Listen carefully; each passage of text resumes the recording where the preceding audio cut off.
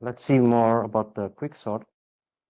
Yeah, if you still remember, when we do the quick sort, we need to select the pivot. Okay. So what is pivot? Pivot is any number, any random number that you have in your list, or any number that you have in your set, or any number that you have in your dictionary. And yeah, you can select from the minimum until the maximum, and you can also select any number in between. Okay. Now, yeah, if you look at this animation, yeah, we select 6, then the left section will be any number less than 6. If the number is less than 6, for example 2, okay, 2, it will be on the left. 4, it will be on the left. 3, it will be on the left, and 1, it will be on the left, because our pivot is 6. So how do we choose 6? So 6 will be chosen random.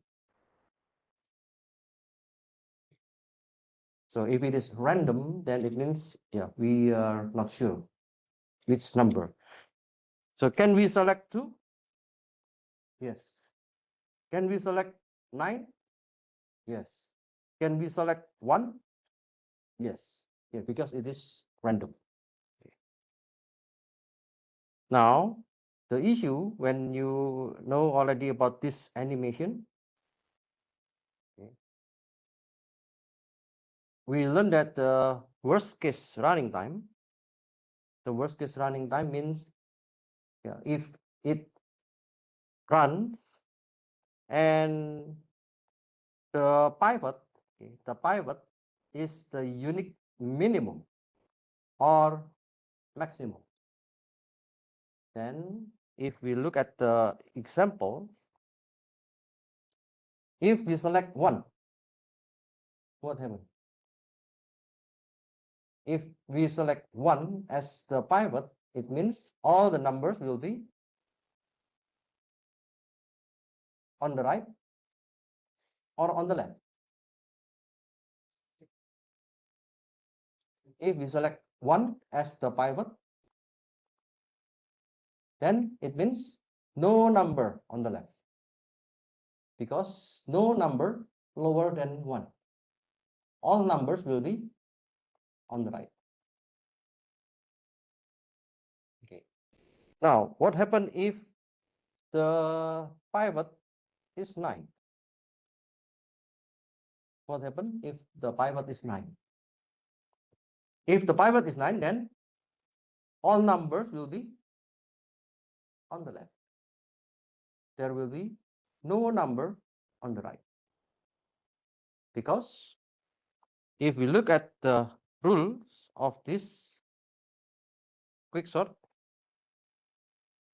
we will select pivot X, and then we will select L. L is element less than X, and G is the element greater than X. Okay. Then if we choose the unique minimum or the maximum, then L or G has the size n minus 1. Okay. And the other has size 0.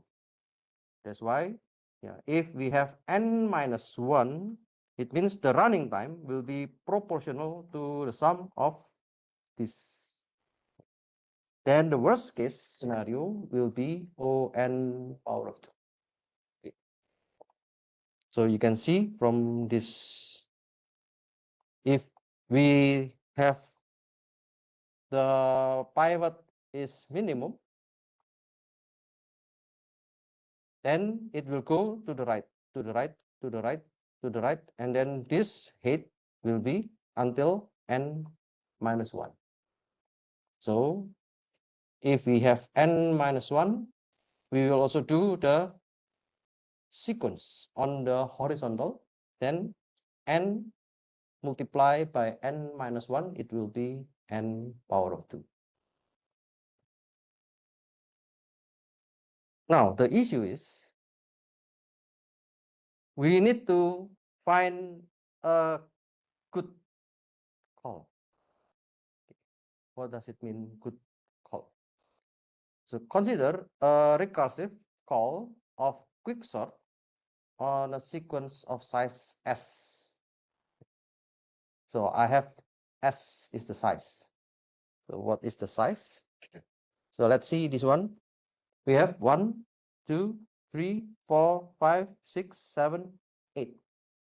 Then s equals to 8. Now, what is good call? A good call means the size of L and G are each less than 3s divided by 4. So it means 3s, 3 multiplied by 8 divided by 4. Then it means 24 divided by 4. Then it equals to 6.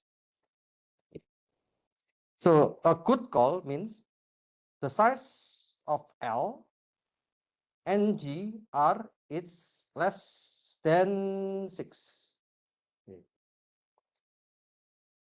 So here is less than 6. Here is less than 6. If L and G, they are less than 6, okay, we call it this is good call. So here we have 1, 2, 3, 4. Okay, L is less than 6. Okay, this is good call. G is less than 6. Yes, this is a good call. Now, bad call means one of L and G has size greater than 3s divided by 4. Then again 3 multiplied by 8 divided by 4 means 6. Right? Then let's see. If I select 2 as the pivot, what happened?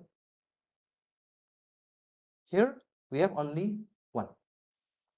L is less than 6. Yes, that is true. But what about G? We have 1, 2, 3, 4, 5, 6, 7. Because G is not less than 6, then we call this is a bad call. So this bad call will make your quicksort becomes n power of 2. So if you select the wrong pivot, we call it this is bad call, then it will make the algorithms run n power of 2. So a good call, okay, a call is good with the probability half. Okay. The probability is half means 0.5. Okay.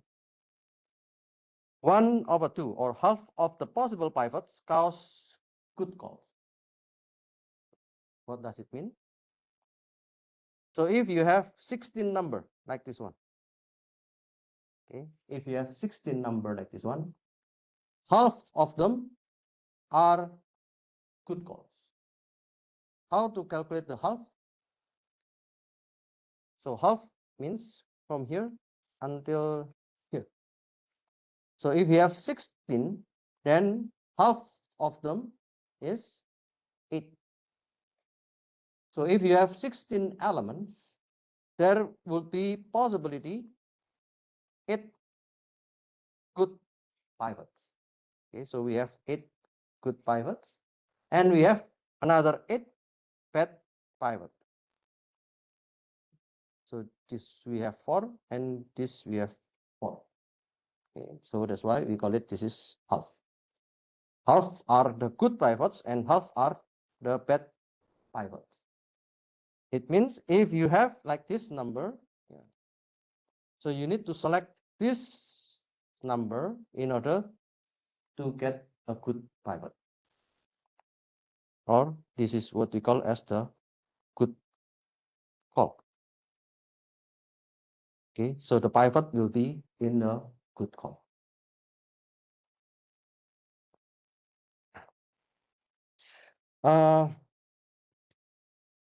Yeah, this is just an example. Okay, when you have the probabilistic fact, okay, the expected number of coin toss required in order to get the K head is 2K. So what does it mean? If you have a coin, 동전, okay, so if you toss the 동전, then you have two possibilities, head or tail.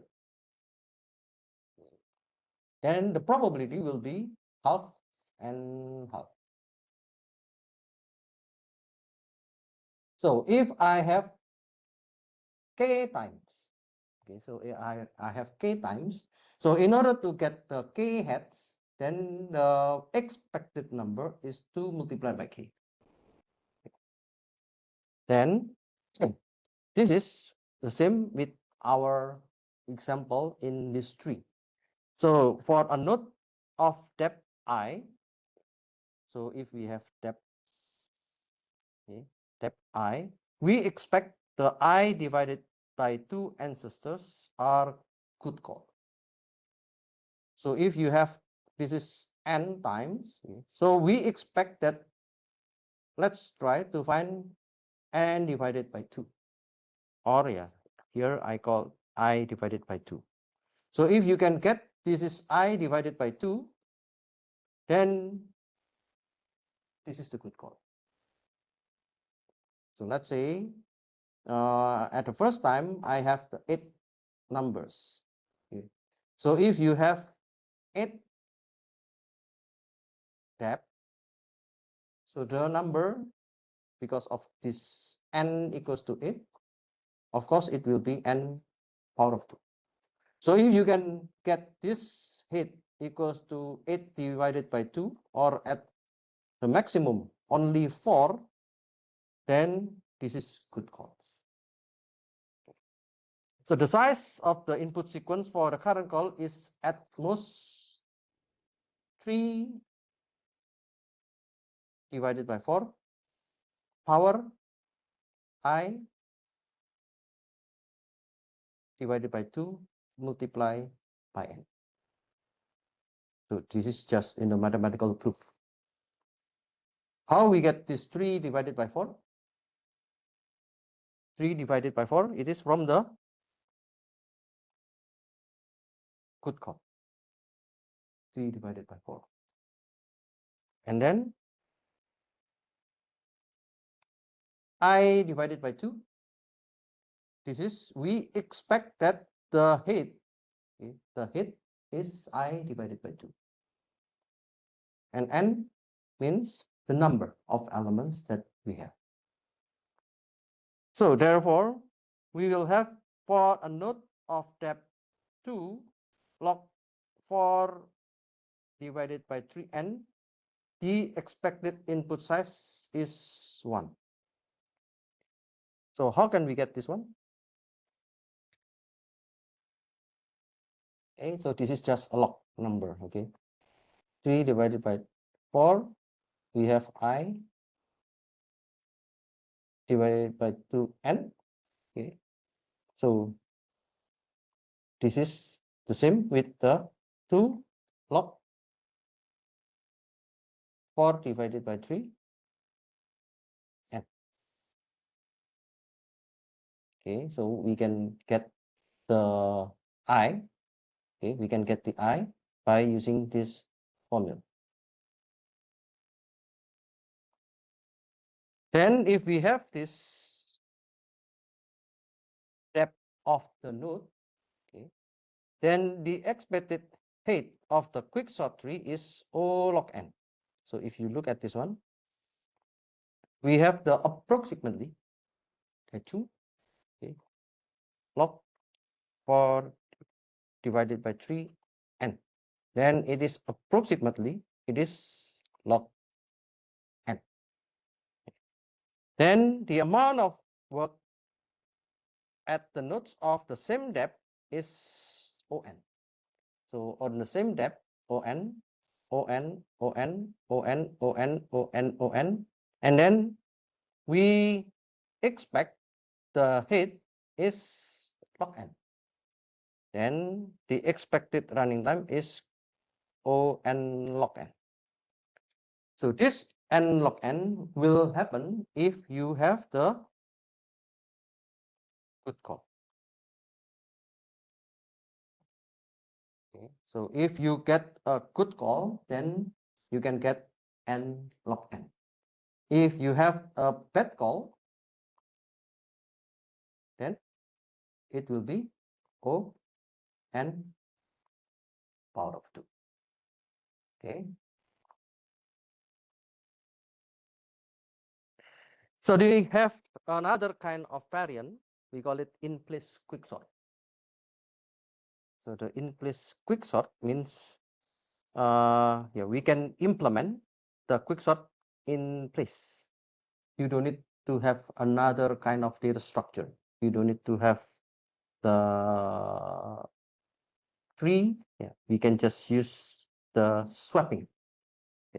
In the partition step, we use replace operations to rearrange the elements of the input sequence such that the element less than the pivot have rank less than its.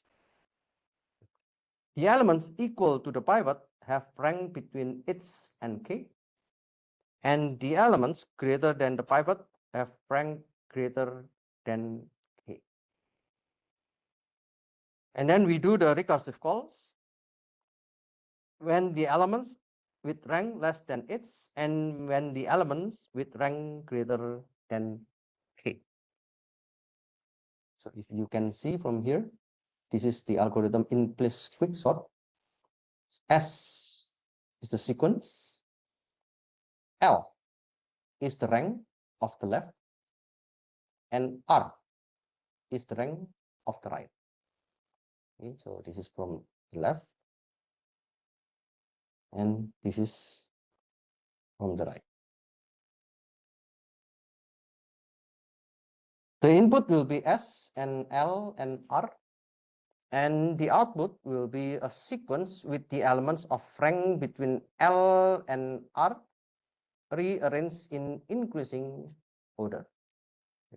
So it means L should be less than R. If L is higher than or equal to R, then return or finish. So I will be selected a random integer between L and R. And then you will select the element at the I and then put it as an X. Then you will have the its and k. So its and k is another kind of L and R after you partition. Then you will do the in-place quicksort with L, which is the lower, and the right section will be the H minus 1 from this one. And after you finish with the left, this is the left one. After you finish with the left, then you will go to the right. So this is the right. The idea is the same with the merge sort. Okay. But now we use the L and R to indicate the left and right.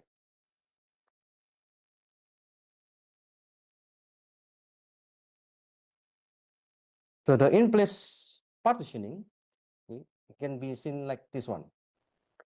You can perform the partition using two indices to split S. Okay, so this is S into L and E union G. Or yeah, it can be a similar method that split E union G into E and G. So for example, I have J. This is index from the beginning, and then I have K. This is the index from the last. Okay, so this is from the beginning. From the okay, so this is from the start or from the index 0, and this is from the last. And then let's say I'm choosing the pivot equals to 6. So I'm choosing the pivot equals to 6. Then we will repeat until J and K cross. We will scan J to the right until finding an element X, until the element is higher than X. And then scan K to the left until finding an element less than X. If we find this one, or if we find this one, then swap the element. So for example, J. We will scan to the right. Is it higher than or equal to 6? No. Then let's go to the right. Is it higher than or equal to 6? No. Then go to the right. Is it higher than or equal to 6? No. Go to the right. Is it higher than equal to 6? No. Is it higher or equal to 6? No. Is it higher or equal to 6? Yes. Okay. Then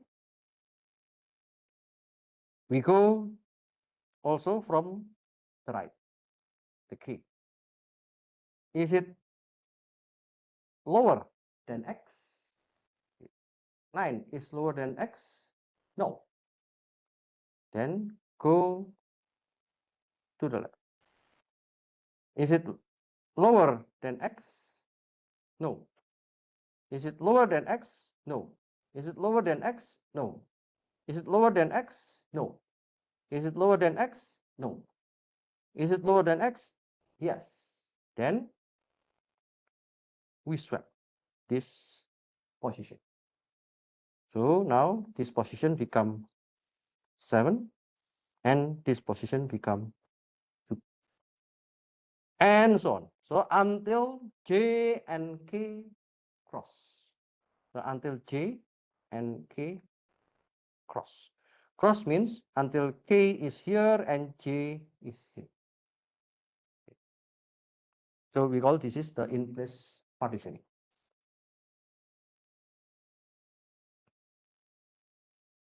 So this is another example. Okay. So let X equal to 50. So we have 85, 24, 63, 45, 17, 31, 96. And X is 50. So we have L, this is the left, and then we have R, this is the right. Then we will check L, is it higher or equal to 50? Yes. Okay. Then let's check this one. Is it less than 50? No. Then we go to the next. R. Is it less than 50? Yes. Because this is the condition is true. The condition is true. Then we swap.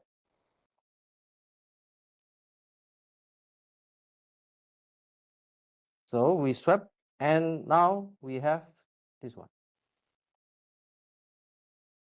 After we have this one, now the L is in this position. And then again, check. How about this value? Is it higher than 50? No. Okay, now we go to the next R. Is it less than 50? Yes. Then we go to the next 63. 63, is it higher than 50? Yes. So we swap this position and this position.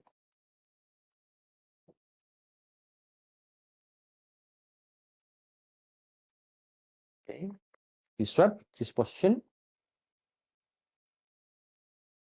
and then at the end we have this L and R at the same position. After we have this crossing, okay, because now R is less than L, then we can do the swapping between the last element with the X. So we put X in here, and then we put the elements which is higher than 50 on the last. And then we do this repetition for n time.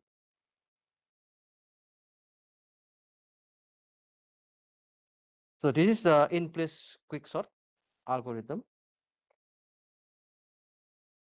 So we will do the selection of A and B. So if A is higher than B, return. Okay. So it is already sorted. We expect this is already sorted. So the pivot will be any numbers. Yeah, let's say the numbers is already selected as the pivot at the position B, and then the left is A and the right is B minus 1. So we will check whether it's left equal less than right, and then check if left is less than right and the left is less than the pivot. Okay, so let's do plus by 1. If it is left is equal to or less than right, and then the pivot is less than right, then right is minus by 1. If this one is already true, then swap as left and as right. And then after we finish with this, S left equals to SB and SB equal to the S left. After we finish this one, then again we do the in-place quicksort. So we do the recursive onto the left. After we finish with the left, then we do the recursive again on the right.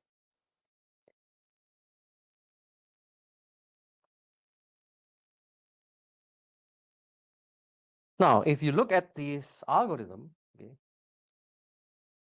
now at least we already learned 4 sorting algorithm. The first sorting algorithm is selection sort.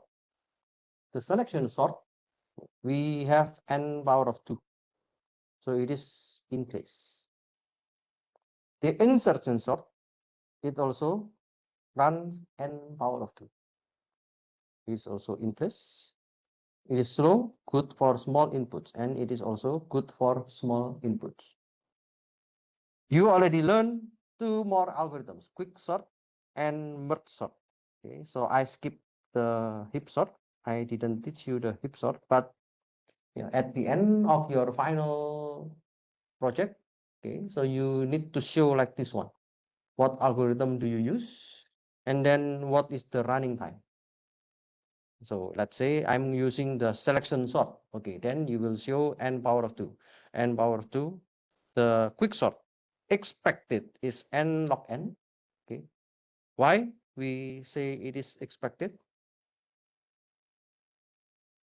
Because we need to have a good call. Okay, if you select a good call, then you can get this n log n. If you have a bad call, then you will have O n power of 2 if you select the bad call. For the merge sort, it is n log n. For the quick sort, we can have the in place randomize, and this is fast for the large input. The merge sort is also for the sequential data access. It is fast, it is good for the huge input. So I think many of you in your final project, you are going to apply the sorting algorithm. So please check whether the expected running time, it is the same with the actual running time. So the actual running time means you will do the running time in your Python. Okay, so we learned already how to calculate the running time.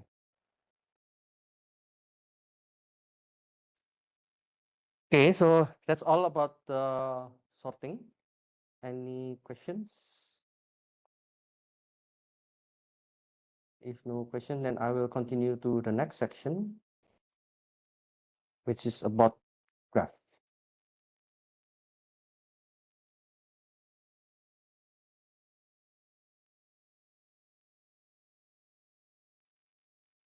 So in this section, I'm going to explain about graph. What is graph? And then the next section, I will continue with the DFS. And then I will continue with another algorithm, BFS. And we will learn more about the graph in this second section. And we will learn more about the graph on the third section. So what is graph? We call it a graph is a pair of V and E. V. V is a set of nodes. Sometimes we call it vertices. So vertices with ES means we have many. Okay. E is a collection of pairs of vertices, or we call it edges. Vertices and edges are positioned and store the elements. So let's see. In this case, I have airport. Okay, so this is the airport. So this is from the book of the data structure and algorithm. This is the airport in US. Let's say I have the SFO is the San Francisco, ORD is O'Hare, Chicago, LAX is Los Angeles, and DFW is in Dallas. We call this is node, or sometimes we call it vertex. If there are so many vertex, then we call it vertices. We call it node. This is a node. Or if there are so many nodes, so we call it nodes with S. E. E means this one. We have the pairs of node. So the SFO and ORD has a connection. So we call this is the edge.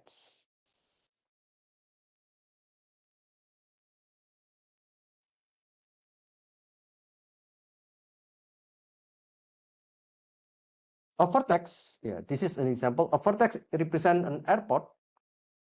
So if you have this airport node, or yeah, we have the airport position, we have H and L.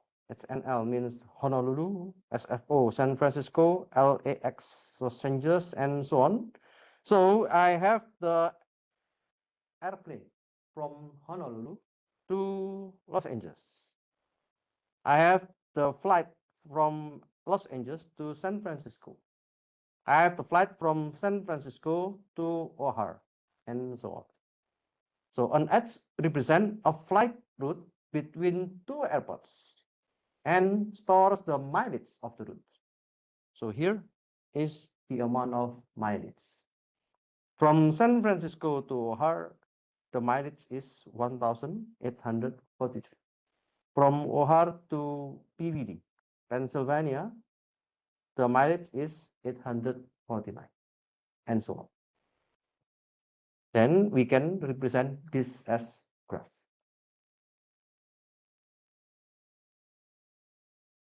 So there are some types of the ads. We call it the ads types. The first, we call it directed ads. Directed means 방향.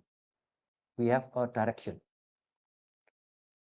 If we call this has a direction, so it is an order pair of vertices u comma v.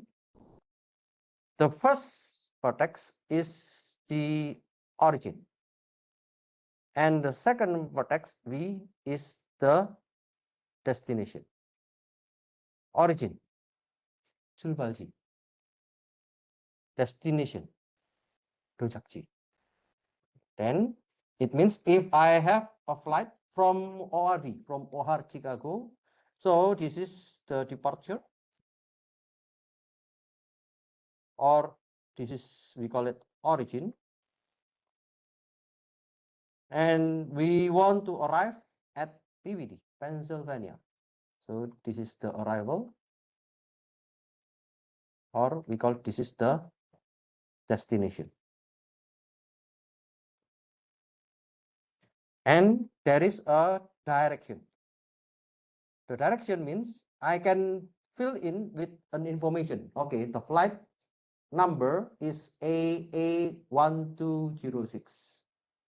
Okay, maybe this is the flight number. Because we know that the flight number will be unique number.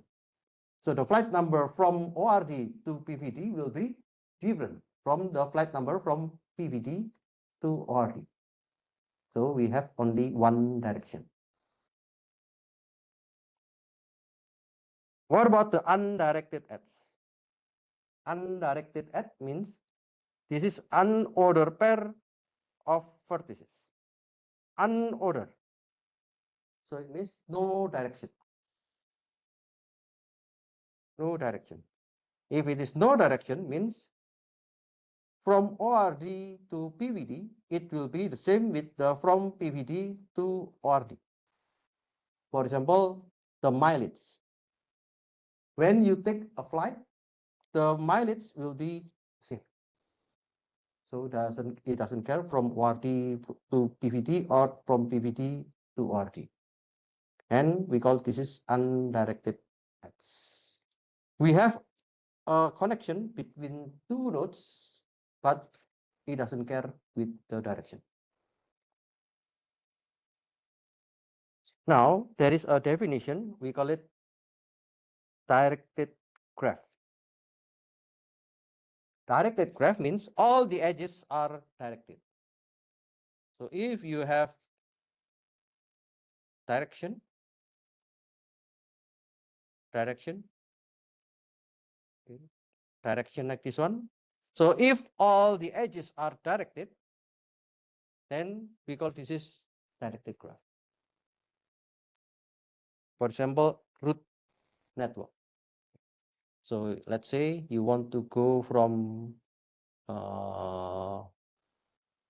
한국외대, 모현 to Seoul, Myeongdong. Then you will pass by some nodes. Okay, you will pass by nodes. Let's say if you go by bus, then the nodes will be the bus stop, bus stop, bus stop, another bus stop, another bus stop until the destination. then we can say this is if all edges are directed, and we have a direction.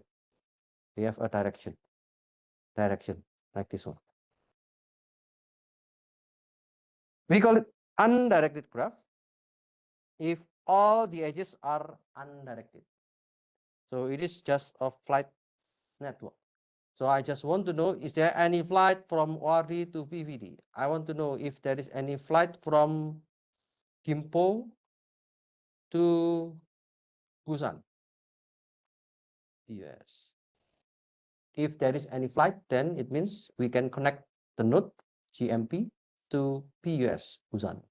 Then it means there is a undirected graph because we can see there is a flight from Gimpo to Busan and Busan to Gimpo.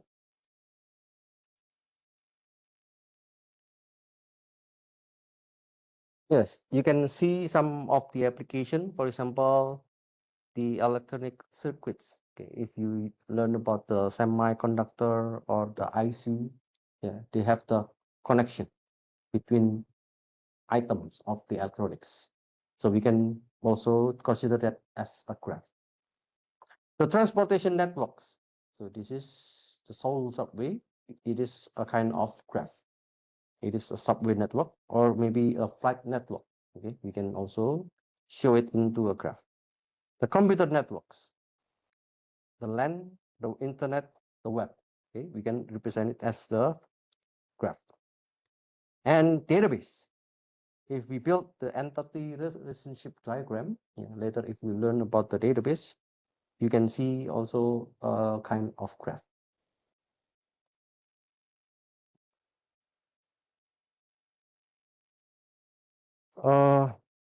Okay, let's have a break. I will continue after.